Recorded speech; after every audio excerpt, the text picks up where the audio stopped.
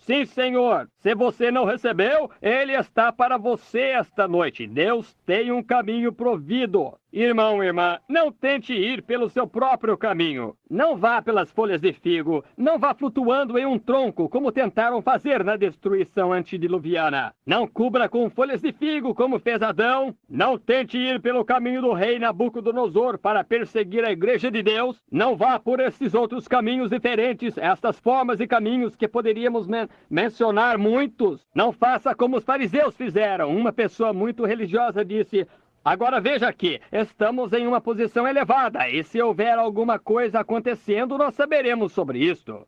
Deus chegou de mansinho, e um filho nasceu em uma manjedoura de Belém, o levou ao mundo, e fora do mundo, punição capital. E eles não souberam nada sobre isto. Certo, o caminho provido por Deus.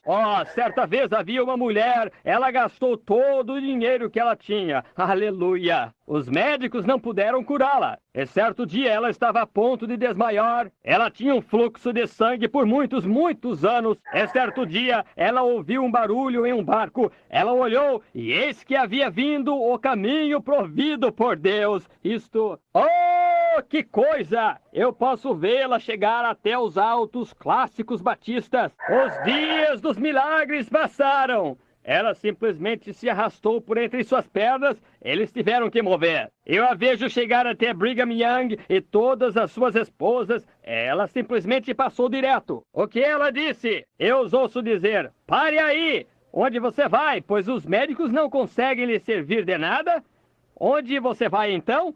Eu vi você lá embaixo com aquele fluxo de sangue. Ela disse: eu vou pelo caminho provido por Deus. Onde está? Você não quer dizer aquele hipócrita ali? É aí onde está. Eu vou diretamente nisto. Ela se espremeu e ao redor até ela chegar a este sujeito aqui. E ele pertencia a este tipo de igreja. É isto, é aquilo.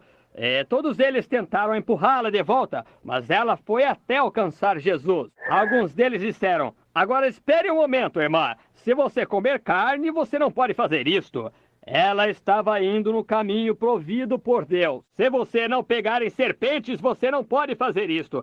Ela saiu no caminho provido por Deus. Ela queria chegar a Jesus. Isso é certo. Eu penso em Davi antigamente. Aleluia!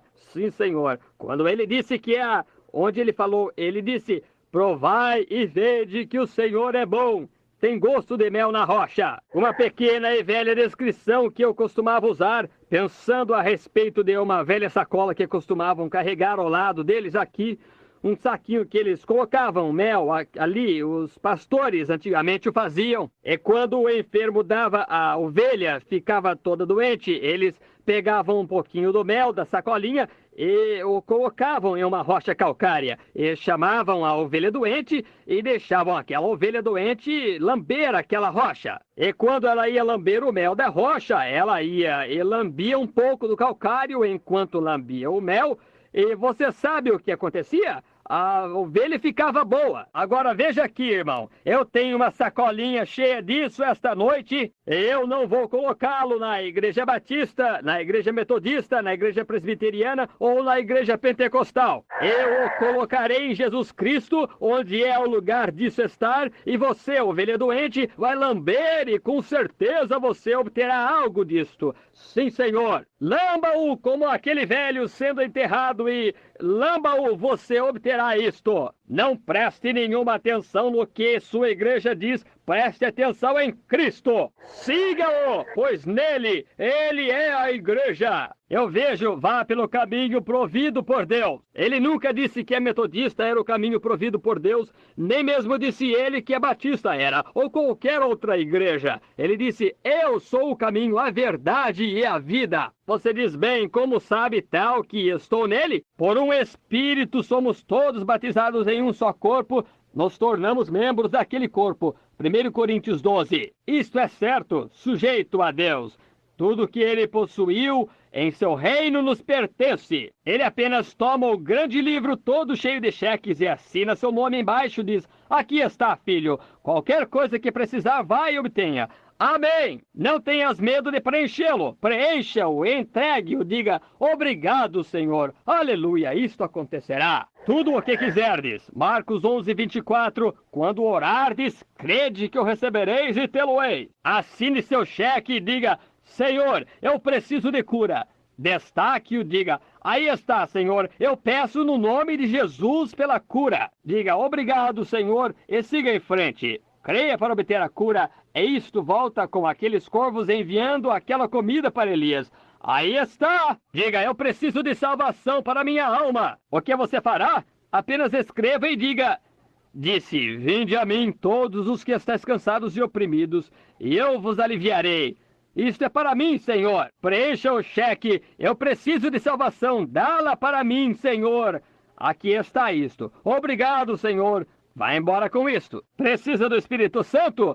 Sim, Senhor. Ficai, porém, na cidade de Jerusalém, até que do alto sejais revestidos de poder. Depois disto, o Espírito Santo vem sobre vós, e ser-me-eis testemunhos em Jerusalém, Judeia e Samaria, e até nos confins do mundo. Você crê nisto? Preencha o cheque e envie-o assinado, e veja o que acontece. Deus dará isto. O caminho provido por Deus. Ele proveu para você um talão de cheque. Vá em frente e preencha-o.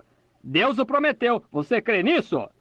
Seguro, Deus sempre proveu um caminho. Havia um pequeno sujeito chamado Jairo, certo dia. Ele havia se unido com um grupo de incrédulos, como muitos pregadores. Eles estão unidos do mesmo modo hoje. A Bíblia disse, não vos prendais a um jugo com os incrédulos. Correto. Logo então, gostaria de saber quem disse isto? Você está? Bem, a Bíblia diz, estes sinais seguirão os que crerem. Em meu nome expulsarão demônios, falarão novas línguas, pegarão em serpentes, beberão coisas mortíferas, colocarão as mãos sobre os enfermos e eles sararão. Se você pregar isso na metade das igrejas hoje, eles chutariam pela porta fora. Isto é certo, isto é certo. Não conhecem o caminho provido por Deus, mas isso é o que ele disse. Isso é o que Jesus disse. Você crê?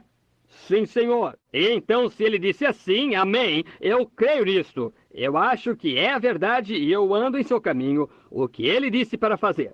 E ele está confirmando isto com sinais, maravilhas, seguindo. Isso é certo. Então apenas faça a mesma coisa, entre diretamente. É para quem desejar, deixe-o entrar. Vamos, Deus o chamou, você tem que vir, então entre diretamente. Não espere mais, tome isto esta noite. Eu vejo este pequeno sujeito, ele se uniu. Ele amava Jesus, contudo ele estava meio... Ele não queria perder seu prestígio, você sabe, as bênçãos. Então eles saíram.